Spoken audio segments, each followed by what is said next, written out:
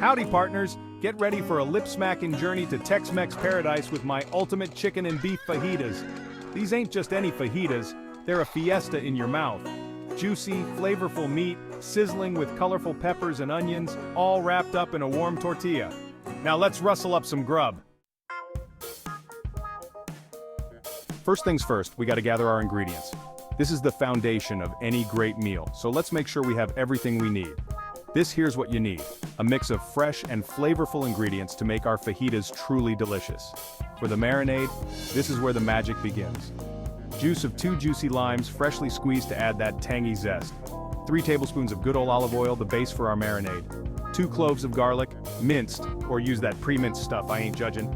Garlic adds a punch of flavor. 1 teaspoon of cumin powder for that earthy, warm taste. 1 teaspoon of chili powder to give it a bit of heat. Half a teaspoon of smoked paprika for a subtle smoky flavor. Salt and pepper to taste. Seasoning is key to bringing out all the flavors. For the meat, the heart of our fajitas. 1 pound of boneless, skinless chicken breasts, cut into strips. Chicken is a classic choice. 1 pound of flank steak thinly sliced against the grain. For those who prefer beef, this is a great option. For the pico de gallo, a fresh and zesty topping. 2 ripe tomatoes diced. Fresh tomatoes are essential for a good pico. 1 small red onion finely chopped, adds a bit of crunch and sharpness. 1 jalapeno pepper, seeded and minced, or leave some seeds in for a kick. For a bit of heat. 1/4 cup chopped cilantro. Fresh cilantro adds a burst of flavor. Juice of 1 lime. Lime juice ties all the flavors together. Salt and pepper to taste, always season to your preference. For the fajita veggies, colorful and crunchy.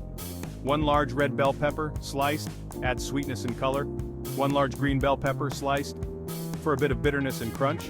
1 large yellow bell pepper sliced, adds a touch of sweetness. 1 large white onion sliced. Onions bring it all together with their savory flavor. For the fixins, the final touches that make it all come together. Warm tortillas, can't have fajitas without them. Sour cream for a creamy finish. Shredded cheese, I like a good Monterey Jack or cheddar.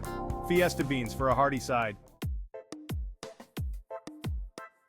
Now let's talk marinade. This is where the real flavor magic happens. In a big old bowl, whisk together all those marinade ingredients until they're all friendly and combined. Now add your chicken and beef strips to the marinade. Make sure they're coated all nice and evenly. Cover the bowl with plastic wrap and let them rest in the fridge for at least 2 hours, or even better, overnight. This gives the flavors a chance to really soak into the meat.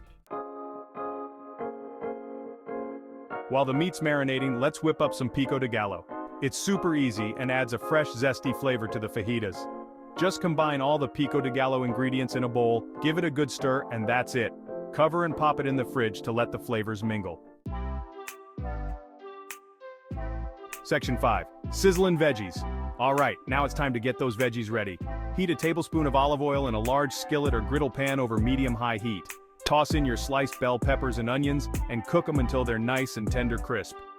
You want them to have a little bit of bite to them, not be all mushy. Once they're done, set them aside. Section 6. Grilling time. Get ready to fire up those grills and enjoy some delicious barbecue. Now for the star of the show, the meat. We've got some beautifully marinated chicken and beef ready to hit the grill. Heat your grill to medium-high heat. This is crucial for getting that perfect sear and locking in all those flavors. If you're using a gas grill, that's about 400 degrees Fahrenheit.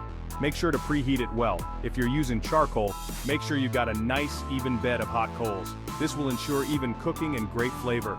Remove the chicken and beef from the marinade and grill them in batches so you don't overcrowd the grill. Cook each side for about 3 to 5 minutes depending on the thickness of the meat, or until they're cooked through. Look for those beautiful grill marks as a sign of perfection. Remember that chicken needs to be cooked to an internal temperature of 165 degrees Fahrenheit to ensure it's safe to eat, and beef should be at least 145 degrees Fahrenheit for medium rare. Enjoy your perfectly grilled meats. Section 7. Fajita Fiesta. Get ready to dive into a world of flavors. Once your meat is grilled to perfection, let it rest for a few minutes. This step is crucial for juicy, tender meat, before slicing it thinly against the grain.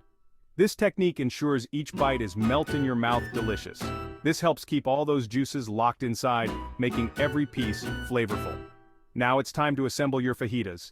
This is where the fun begins. Warm your tortillas. I like to do mine right on the grill for a few seconds, until they're soft and pliable. Then pile them high with the sliced meat, sizzling veggies, and all the vibrant colors. Add a dollop of fresh pico de gallo for that zesty kick, and all your favorite fixins. Think guacamole, sour cream, cheese, and more. Don't forget the fiesta beans. They add a hearty, flavorful touch to your meal.